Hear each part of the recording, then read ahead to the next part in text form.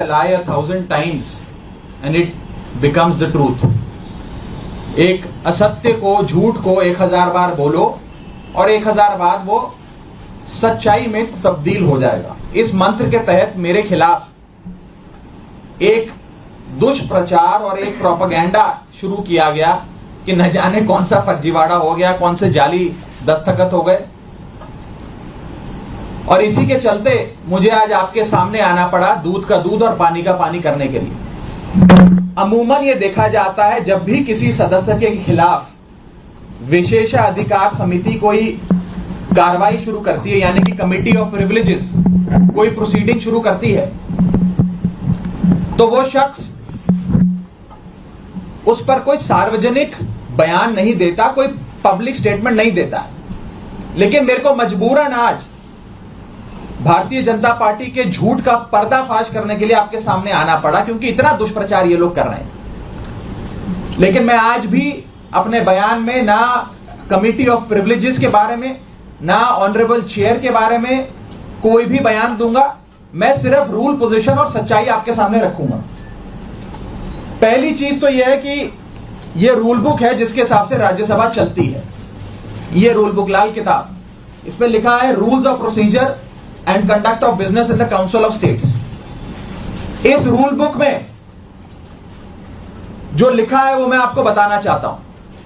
यह rule book कहती है कि किसी भी समिति के, सिलेक्ट कमिटी के गठन के लिए आप नाम प्रस्तावित करते हैं, कोई भी सांसद नाम प्रस्तावित कर सकता है, और जिस मेंबर का नाम प्रपोज किया जाता है, प्रस्तावित किया जाता है, उस मेंबर का ना साइन चाहिए, ना उस मेंबर का सिग्नेचर चाहिए, ना उस मेंबर का रिटन कंसेंट चाहिए।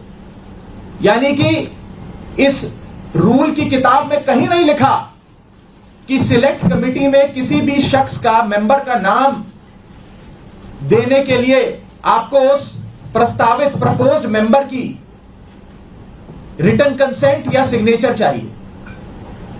लेकिन एक झूठा प्रचार फैलाया गया कि फर्जीवाड़ा हो गया साइन का। मैं आपको आगे बताना चाहता हूं कि जब भी सिलेक्ट कमिटी के गठन के लिए नाम प्रस्तावित किए जाते हैं तो ना सिग्नेचर लिए जाते हैं, ना सिग्नेचर जमा किए जाते हैं, ना सिग्नेचर की जरूरत होती है। No signatures are required, no signatures are taken and no signatures are submitted. तो जब किसी का हस्ताक्षर लिया ही नहीं, जब कोई हस्ताक्षर जमा किया ही नहीं, तो ये फर्जी साइन का जो एक अफवाह फैलाई जा रही है, ये सरासर गलत, झूठ और बेबुनियाद है। और ये मैं कानून की पोजीशन के हिसाब से बता रहा हूं। और मैं आज इस मंच से बीजेपी के नेताओं को चुनौती देता हूं कि वो कागज लेकर आए मेरे सामने, show me that piece of paper जिसपे ये दस्तखत है। जब कोई दस्तखत है ही नहीं, जब सिग्नेचर होता ही नहीं, तो फर्जी सिग्नेचर की बात कहां से आ गई? मैं चुनौती देता हूं आज बीजेपी को। आप तो इतनी बड़ी पार्टी है, इतनी शक्तिशाली, इतनी ताकतवर सरकार है आपकी, वो कागज दिखाओ मुझे जहां पर हस्ताक्षर है। चुनौती देता हूं मैं आपको। अगर आप कह रहे हैं मैंने कोई कागज जमा किया है जिसमें गलत तरीके से किसी के साइन किए गए हैं, तो वो कागज लेकर आओ। मैं आपको चुनौती देता हूं आज। साथियों, मैं आपको आगे बताना चाहूंगा कि बीजेपी के अज्ञान का, उनके इग्नोरेंस का तो मेरे पास कोई इलाज नहीं है।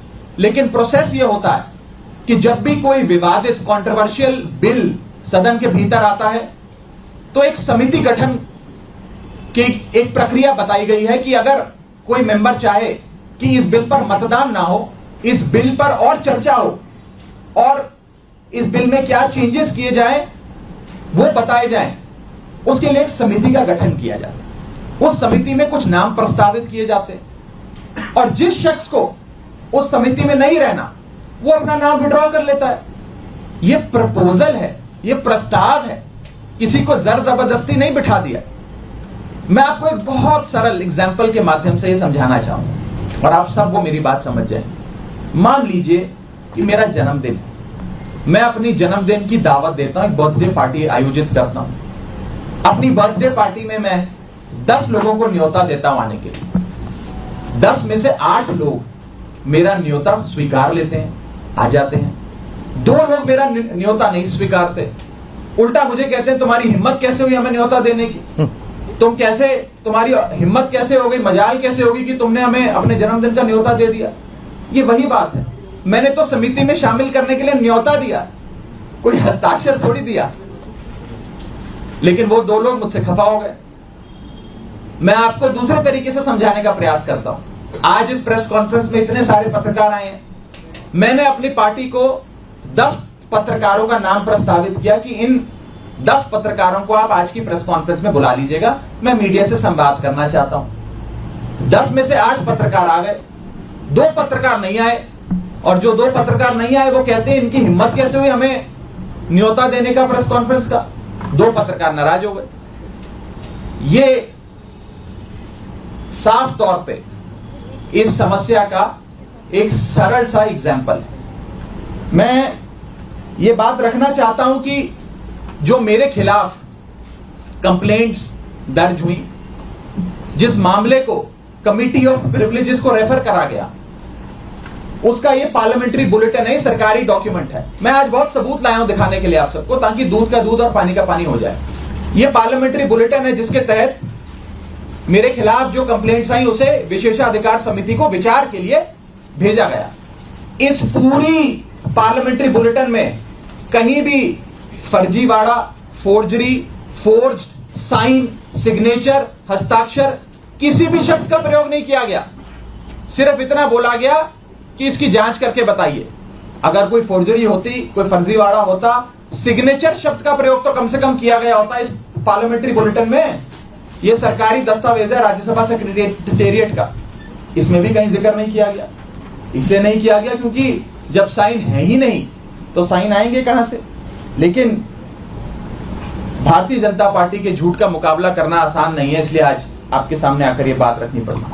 और जहां तक विशेषाधिकार समिति का प्रोसीडिंग्स का मामला है, प्रिविलेज कमेटी का मामला है, इस देश के कई बड़े नेताओं के खिलाफ कमिटी ऑफ प्रिविलेजेस ने प्रोसीडिंग्स शुरू करी, कार्रवाइयां करी, जिसमें स्वर्गीय अटल बिहारी वाजपेयी जी हैं, जिसमें स्वर्गीय इंदिरा गांधी जी का नाम आता है, मनमोहन सिंह जी का नाम आता है, मोरारजी देसाई जी का नाम आता है, सुषमा स्वराज जी का नाम आता है, अरुण जेटली जी का नाम आता है। उस श्रेणी के अंदर अगर हमें भी शामिल किया गया तो कोई बात नहीं है, मजबूती से अपना जवाब विशेषाधिकार समिति के सामने, कमेटी ऑफ प्रिविलेजेस के सामने देंगे। मैं शहीद आजम भगत सिंह की धरती से आता हूं और पूरी न्याय की लड़ाई लड़ूंगा, और मेरा विश्वास है कि कमेटी ऑफ प्रिविलेजेस अंत में दूध का दूध और पानी का पानी कर न्याय अवश्य करेगी। यह बात थी कि क्या हुआ।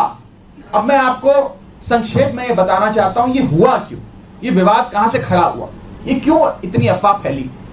यह इसलिए फैली क्योंकि सोमवार दोपहर को सदन के अंदर आम आदमी पार्टी की ओर से मैंने पूरी मजबूती से दिल्ली के अध्यादेश पर अपना वक्तव्य दिया, और उसके ठीक 6 घंटे बाद मेरे खिलाफ बीजेपी ने यह आरोप लगाने शुरू कर दिए। इनको दिक्कत यह नहीं है कि मैंने नाम प्रस्तावित करे, इनको प्रॉब्लम यह नहीं है कि मैंने किसी कमेटी के गठन के लिए कुछ एमपीज के नाम दे दिए। इन्हें दिक्कत यह है कि एक 34 साल के युवा ने हमें खड़े होकर ललकारा कैसे, एक युवा ने हमसे मजबूती से सवाल कैसे पूछे, और कैसे एक इस सुपारी जितनी पार्टी, जैसा कि गृह मंत्री जी कहते हैं, इस सुपारी जितनी पार्टी के एक युवा सांसद ने दुनिया की सबसे बड़ी पार्टी के सबसे बड़े नेताओं से देश के सबसे बड़े सदन में खड़े होकर सवाल कैसे पूछे। इन्हें दर्द इस बात का है।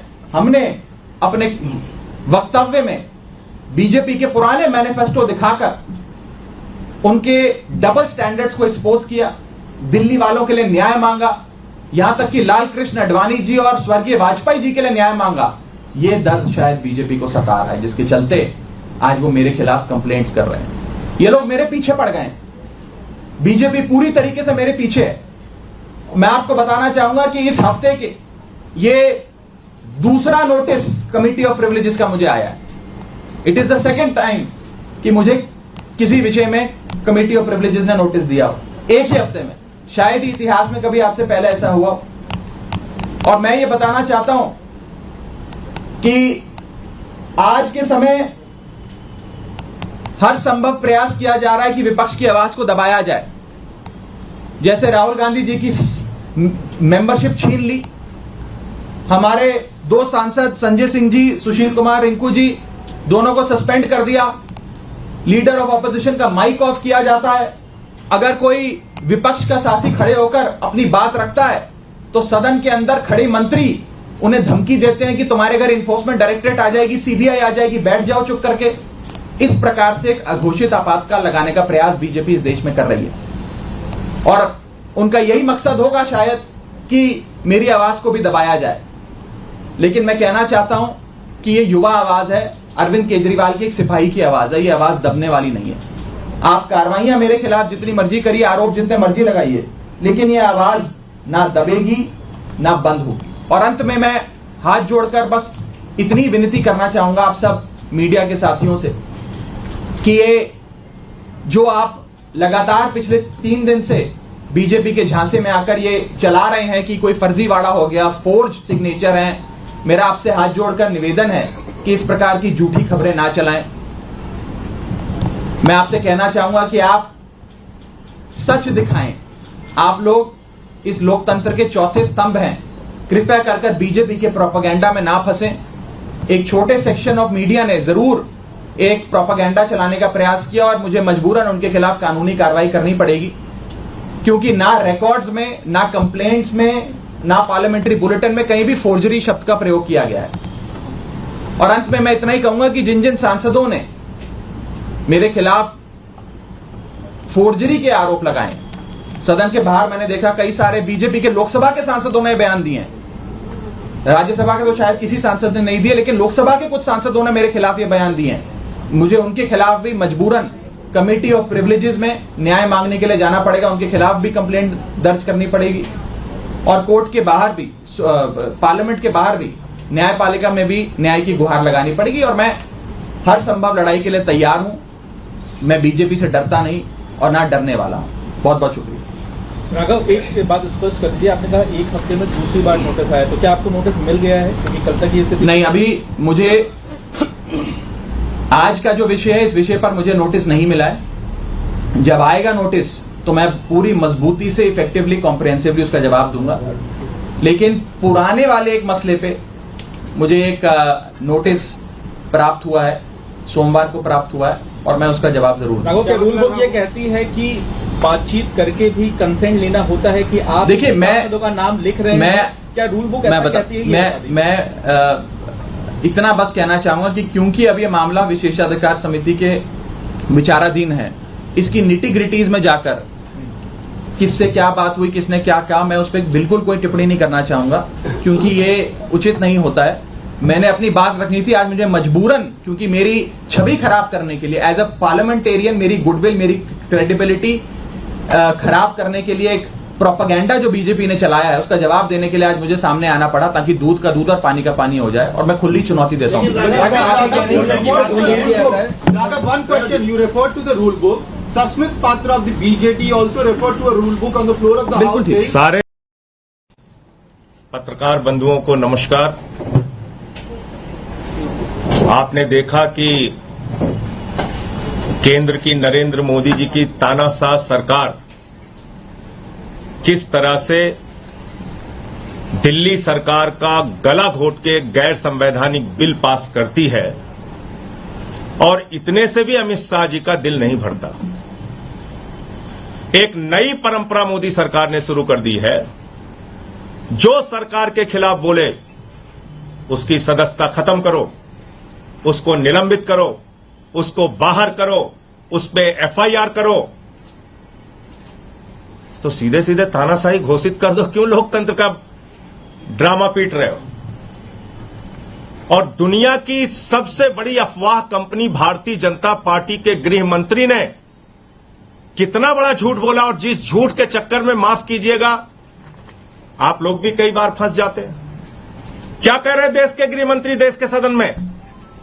फर्जीवाड़ा हो गया, सिग्नेचर गलत हो गया, सिग्नेचर कहां से आया, सिग्नेचर किसने कराया। अरे भैया, देश के तुम दूसरे नंबर के मंत्री हो, इतना सामान्य ज्ञान तो सदन की कार्रवाई के बारे में रखो। सेलेक्ट कमेटी में किसी भी सदस्य के द्वारा किसी भी सदस्य का नाम प्रस्तावित किया जा सकता है, उसके किसी सिग्नेचर की जरूरत नहीं होती। कहां से कानून लेके आए गृह मंत्री जी आप? आपका मकसद है राहुल गांधी की तरह राघव चड्ढा की सदस्यता को खत्म करना, एकमात्र मकसद है। जैसे राहुल गांधी की सदस्यता आपने खत्म करी, ऐसे राघव चड्ढा की सदस्यता आप खत्म करना चाहते हैं। लेकिन हम लोग अरविंद केजरीवाल के सिपाही हैं, हम लोग आम आदमी पार्टी के सिपाही हैं। हर हाल में तुमसे लड़ना जानते हैं, जीतना जानते हैं, और हम लड़ेंगे। और किसी तरीके से अगर आपने हथकंडे अपनाकर राघव चड्ढा की सदस्यता खत्म की तो दोबारा चुन के आ जाएंगे। तो इसलिए झूठ और अफवाह मत फैलाइए।